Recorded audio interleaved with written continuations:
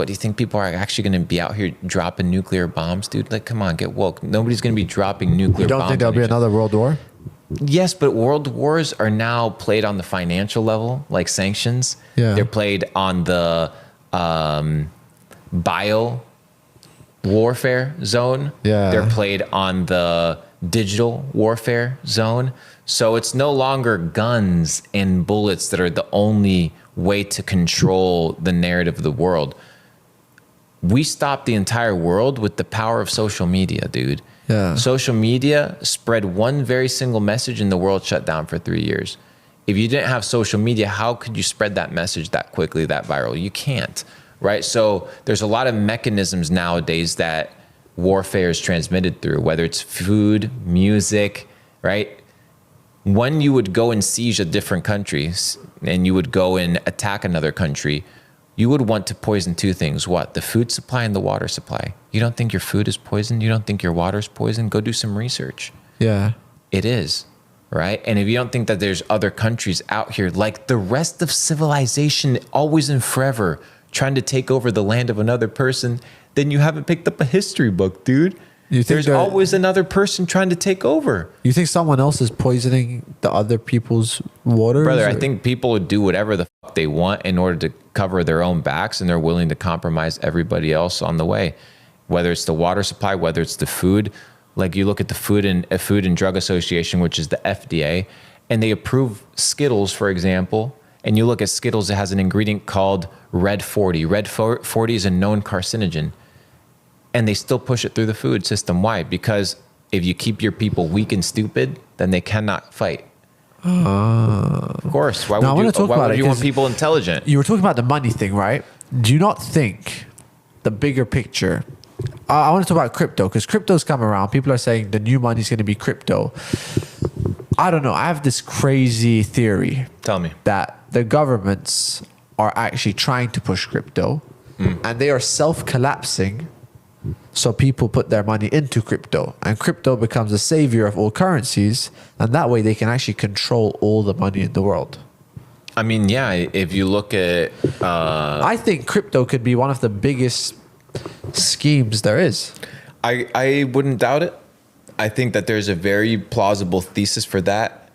And I think that only being dependent on the digital world, when your access to the internet is dependent on literally the government turning on a switch or turning it off, then you might start questioning whether you want to live in the digital world as your absolute medium of transacting with people. Because there's already countries that chip humans, I've heard. Of course, dude. I don't know. Is that a thing? I heard there's like a country that test ran it, like where they had chipped a couple hundred people. Yeah. And I feel like with crypto, if everything you have, like if your money is online and everything. If your money's online, if your credit score is online, if your social media is connected to your identification, all they have to do is make sure, okay, did Mo just write a tweet here that goes against our narrative? Okay, perfect. Freeze his money. Okay, Mo's traveling too much. He traveled more than 6 times this year. Make sure his money's only programmed to be able to be spent in Dubai. Click. You don't think that's coming? That's coming very fucking soon. So I think you have a good thesis there, brother, that crypto is the Trojan horse of false freedom. This idea of cash, being bad. Yeah. Cash is the only way that you can maintain and move yourself in a way that is untraced. So the blockchain is traceable. The blockchain is transparent. There's nothing wrong with the blockchain, but if you're dependent on an internet connection in order to transact, the moment that internet connection is cut off, you're fucked and you can't be always dependent on it. So I think you have a good reason. But what do you do? What is freedom right now? If they're controlling everything, how do you escape? How do you escape the matrix? Freedom is skill set, brother. Freedom is skill sets. It doesn't matter what currency, Mo. It doesn't matter what currency exists. You and I are going to be rich either way. Why? Because we're skilled. It doesn't matter what currency exists. Dude, if we get fucked, everybody else is getting fucked too, bro. Like, it's just the name of the game. But you've developed skills and I've developed skills that if stuff has to hit from the beginning and you have to start again, you in 3-4 months, you're already worth 6 figures again. Yeah. Do you think You Right know what I now. mean? In 12 months, you're already a millionaire again. So the whole point is, how do you escape the bullshit? Is become so skilled that you can ride the waves of time without being encumbered by the changing of things, because you're so skilled that you can evolve with things and not be worried about your money.